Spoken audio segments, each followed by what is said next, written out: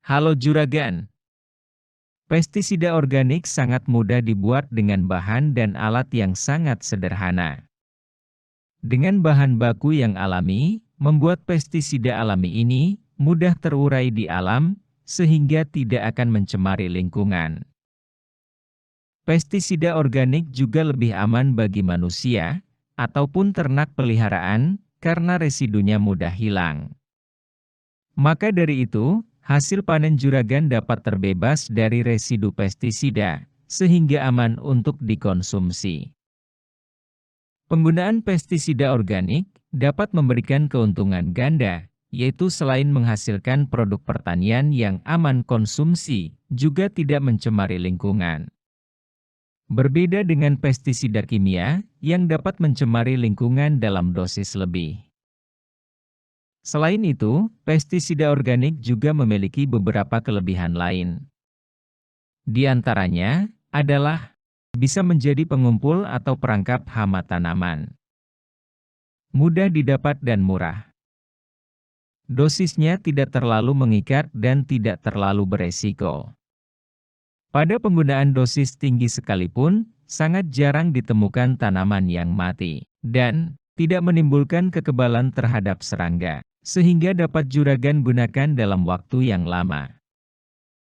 Tanpa lama-lama lagi, langsung saja kita lihat pestisida seperti apa yang bisa dibuat, dan bagaimana cara membuat pestisida organik.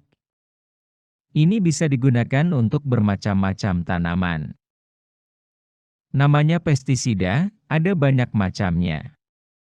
Dan, yang akan kita lihat ini, adalah pestisida yang bisa menjadi insektisida, fungisida, nematisida, bakterisida, rodentisida, repelen atau pencegah, racun kontak, dan antibiotik.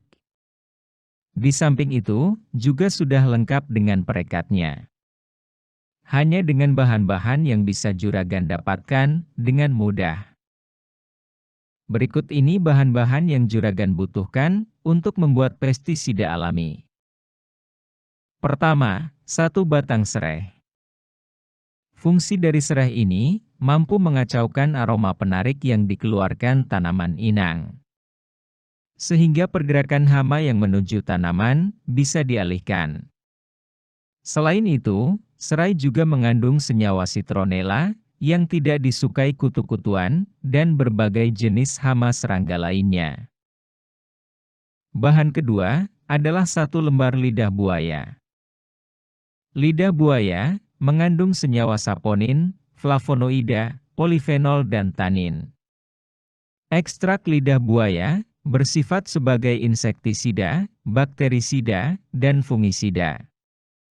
Mengingat tekstur lidah buaya yang kental seperti gel, lidah buaya dapat digunakan sebagai perekat alami ataupun perata dalam aplikasi pestisida.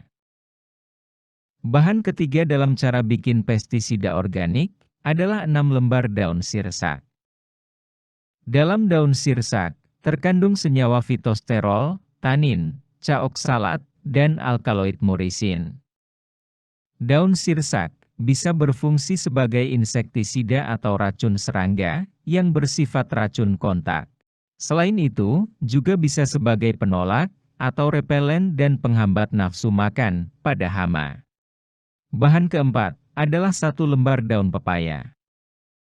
Kandungan dalam daun pepaya antara lain zat aktif enzim papain, alkaloid, dan glikosid, sehingga efektif untuk mengendalikan hama ulat, hama penghisap, kutu daun, rayap, hama kecil, dan ulat bulu.